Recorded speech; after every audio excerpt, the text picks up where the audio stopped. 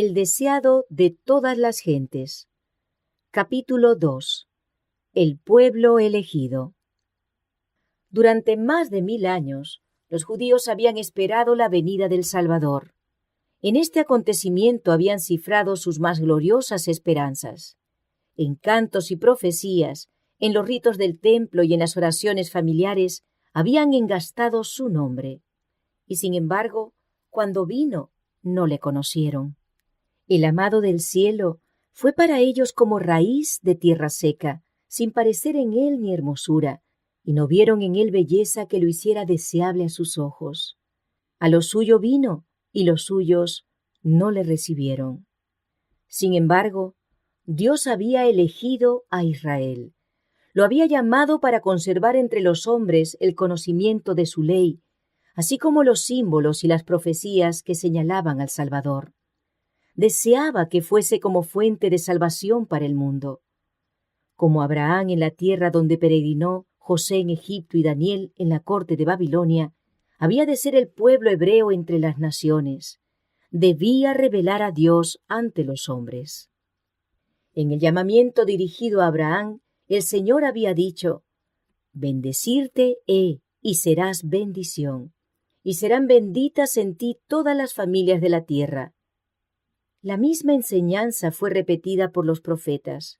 Aún después que Israel había sido asolado por la guerra y el cautiverio, recibió esta promesa: «Y será el residuo de Jacob en medio de muchos pueblos, como el rocío de Jehová, como las lluvias sobre la hierba, las cuales no esperan varón, ni aguardan a hijos de hombres». Acerca del templo de Jerusalén, el Señor declaró por medio de Isaías: «Mi casa, casa de oración será llamada de todos los pueblos». Pero los israelitas cifraron sus esperanzas en la grandeza mundanal. Desde el tiempo en que entraron en la tierra de Canaán, se apartaron de los mandamientos de Dios y siguieron los caminos de los paganos. En vano Dios les mandaba advertencias por sus profetas. En vano sufrieron el castigo de la opresión pagana. A cada reforma seguía una apostasía mayor. Si los hijos de Israel hubieran sido fieles a Dios, Él podría haber logrado su propósito honrándolos y exaltándolos. Si hubiesen andado en los caminos de la obediencia, Él los habría ensalzado sobre todas las naciones que ha hecho, para alabanza y para renombre y para gloria. «Verán todos los pueblos de la tierra», dijo Moisés, «que tú eres llamado del nombre de Jehová, y te temerán. Las gentes oirán hablar de todos estos estatutos y dirán: ciertamente pueblo sabio y entendido es esta gran nación». Pero a causa de su infidelidad, el propósito de Dios no pudo realizarse, sino por medio de continua adversidad y humillación. Fueron llevados en cautiverio a Babilonia y dispersados por tierras de paganos. En la aflicción, muchos renovaron su fidelidad al pacto con Dios. Mientras colgaban sus arpas de los sauces y lloraban por el santo templo desolado, la luz de la verdad resplandeció por su medio y el conocimiento de Dios se difundió entre las naciones. Los sistemas paganos de sacrificio eran una perversión del sistema que Dios había ordenado, y más de un sincero observador de los ritos paganos aprendió de los hebreos el significado del ceremonial divinamente ordenado, y con fe aceptó la promesa de un Redentor.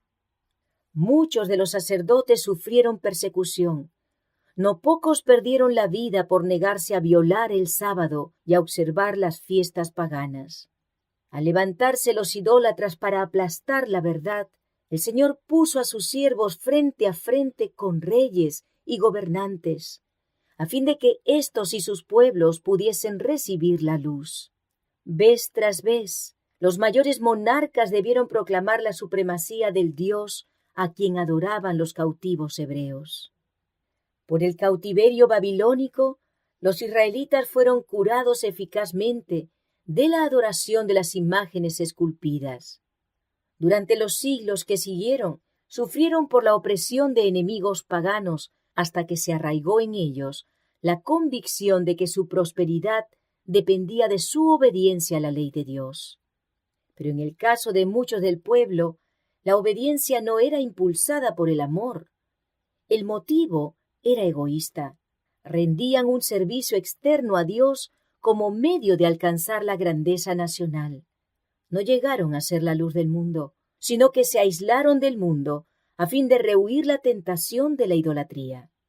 En las instrucciones dadas por medio de Moisés, Dios había impuesto restricciones a su asociación con los idólatras.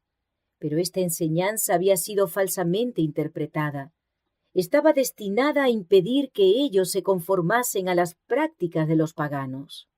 Pero la usaron para edificar un muro de separación entre Israel y todas las demás naciones. Los judíos consideraban a Jerusalén como su cielo y sentían verdaderamente celos de que el Señor manifestase misericordia a los gentiles. Después de regresar de Babilonia, dedicaron mucha atención a la instrucción religiosa. Por todo el país se erigieron sinagogas en las cuales los sacerdotes y escribas explicaban la ley, y se establecieron escuelas donde se profesaba enseñar los principios de la justicia, juntamente con las artes y las ciencias. Pero estos medios se corrompieron. Durante el cautiverio, muchos del pueblo habían recibido ideas y costumbres paganas, y éstas penetraron en su ceremonial religioso. En muchas cosas se conformaban a las prácticas de los idólatras. Al apartarse de Dios, los judíos perdieron de vista mucho de lo que enseñaba el ritual. Este ritual había sido instituido por Cristo mismo. En todas sus partes era un símbolo de Él, y había estado lleno de vitalidad y hermosura espiritual. Pero los judíos perdieron la vida espiritual de sus ceremonias y se aferraron a las formas muertas. Confiaban en los sacrificios y los ritos mismos, en vez de confiar en aquel a quien éstos señalaban. A fin de reemplazar lo que habían perdido, los sacerdotes y rabinos multiplicaron los requerimientos de su invención, y cuanto más rígidos se volvían, tanto menos del amor de Dios manifestaban. Medían su santidad por la multitud de sus ceremonias, mientras que su corazón estaba lleno de orgullo e hipocresía. Con todas sus minuciosas y gravosas órdenes, era imposible guardar la ley. Los que deseaban servir a Dios y trataban de observar los preceptos rabínicos, luchaban bajo una pesada carga. No podían hallar descanso de las acusaciones de una conciencia perturbada. Así Satanás obraba para desalentar al pueblo, para rebajar su concepto del carácter de Dios y para hacer despreciar la fe de Israel. Esperaba demostrar lo que había sostenido cuando se reveló en el cielo, a saber, que los requerimientos de Dios eran injustos y no podían ser obedecidos. Aún Israel declaraba, no guardaba la ley. Aunque los judíos deseaban el advenimiento del Mesías, no tenían un verdadero concepto de su misión. No buscaban la redención del pecado, sino la liberación de los romanos. Esperaban que el Mesías vendría como conquistador para quebrantar el poder del opresor y exaltar a Israel al dominio universal. Así se iban preparando para rechazar al Salvador. En el tiempo del nacimiento de Cristo, la nación estaba atascando el freno bajo sus amos extranjeros y la atormentaba la disensión interna. Se les había permitido a los judíos conservar la forma de un gobierno separado, pero nada podía disfrazar el hecho de que estaban bajo el yugo romano, ni avenirlos a la restricción de su poder.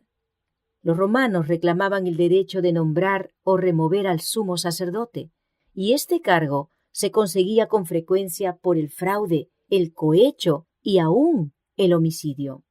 Así el sacerdocio se volvía cada vez más corrompido. Sin embargo, los sacerdotes poseían aún gran poder y lo empleaban con fines egoístas y mercenarios. El pueblo estaba sujeto a sus exigencias despiadadas y también a los gravosos impuestos de los romanos. Este estado de cosas ocasionaba extenso descontento. Los estallidos populares eran frecuentes.